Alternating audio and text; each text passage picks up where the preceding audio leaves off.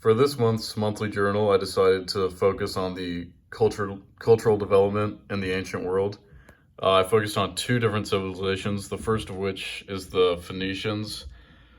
So the Phoenicians were well known to be good craftsmen. So here we have a person doing textile work.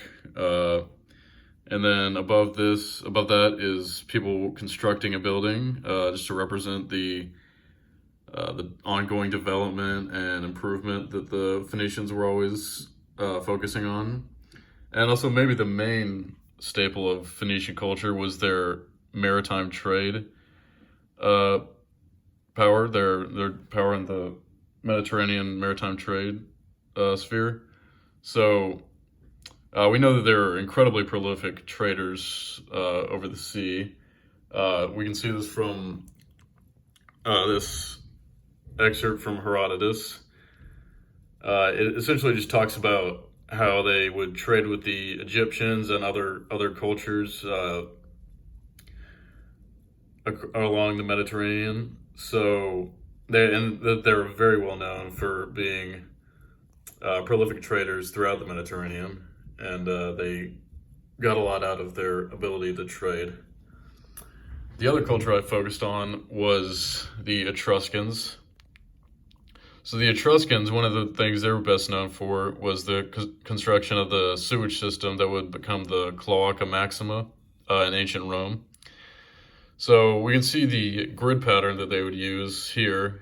They would just use this to divert it from all the different houses and other places that sewage would be needed, or sewage system would be needed. We can see people constructing it just to represent the development and ongoing growth that the Etruscans were always striving for. They also built a lot of catch basins to divert the water. We can see some ancient ruins of the ancient sewage system here. So this is the grid system they would use. You can see it's just squares formed by the sewage, open sewage pipes. And here's one of the basins they'd use for the diversion of water. And then, so this is an article called Minoan and Etruscan Hydro Technologies. And the way I can apply this to my life today, I would say this is really just I think people don't really realize how much impact they have on future civilizations. For example, the Phoenicians created the alphabet that would later become the Greek alphabet, and the alphabet that's still used by the Greeks today.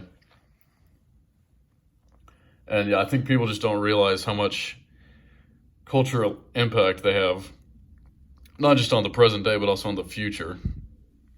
So I'd say for me, this would just mean, being conscious of my impact on culture, even at a micro level, not necessarily the culture of, my entire country or anything, just the culture of, whatever I'm involved in, just understanding that whatever I do has a significant impact, especially in the future, for the culture of whatever it is that I'm getting myself into.